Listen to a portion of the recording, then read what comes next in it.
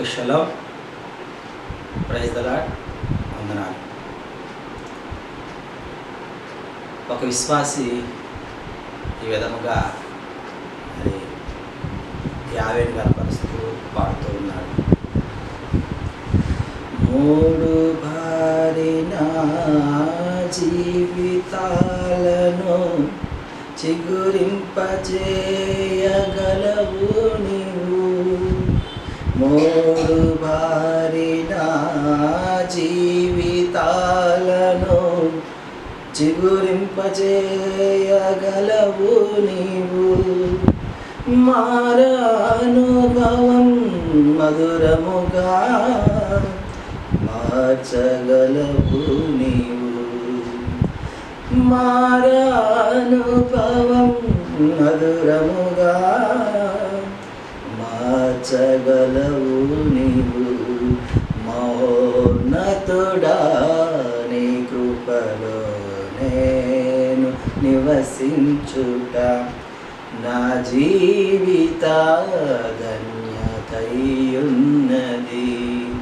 మహోన్నతుడా నీ కృపలో నేను నివసించుట, మహోన్నతుడా నీ కృపలో నేను నివసించుట నా జీవిత ధన్యతయున్నది.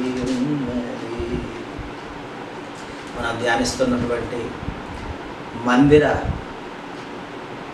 స్థలమును, మందిర నిర్మాణము మరి నిర్మిస్తున్నటువంటి ఆ వస్తువులను గూర్చి, ఆ ఉపకరణముల గురించి మనం ధ్యానిస్తూ ఉన్నాం. మరి ఆయన మందిరములో ఆయనను ధ్యానించడానికి, ఆయనను మహిమపరచడానికి మనకి ఈ సమయాన్ని అనుగ్రహించిన మరి హషేం వారికే ఘనత మహిమ చెల్లుగాక. ఈ దినము అనుదిన వాక్య ధ్యానంలో నిర్గమకాండము 27వ అధ్యాయము 1వ వచనం. మరియు 5 మూరల పొడుగు 5 మూరల వెడల్పు గల బలిపీఠమును తుమ్మకర్రతో నీవు చేయవలను. ఆ బలిపీఠము చచ్చవుకంగా ఉండవలను. తుమ్మకర్రను ఉపయోగించి అనేకమైన కర్రలు చేసినట్లుగా మనం ఇక్కడ చూస్తూ ఉన్నాం. తుమ్మకర్రను బాగా మరి ఆయన యొక్క మందిరాన్ని నిర్మించడానికి ఉపయోగించినట్లుగా ఇక్కడ చూస్తూ ఉన్నాం. పొడవు దాని మరి కర్ర యొక్క పొడవు 5 మూరలు, వెడల్పు 5, ఎత్తు 3 మూరలు. దానిని 4 మూరల కొమ్ములు ఏకాండంగా చేసి ఎత్తడి రేకులను పొదగవలెను.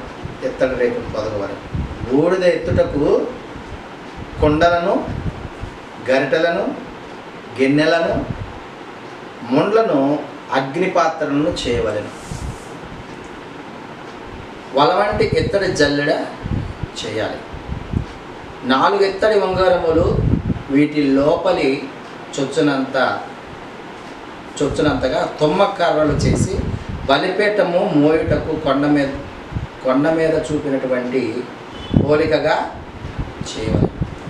ఈ విధముగా చేసి తుమ్మకర్రతో బలిపీఠము చేయాలని మరి హషేం వారు ఈ దినంగా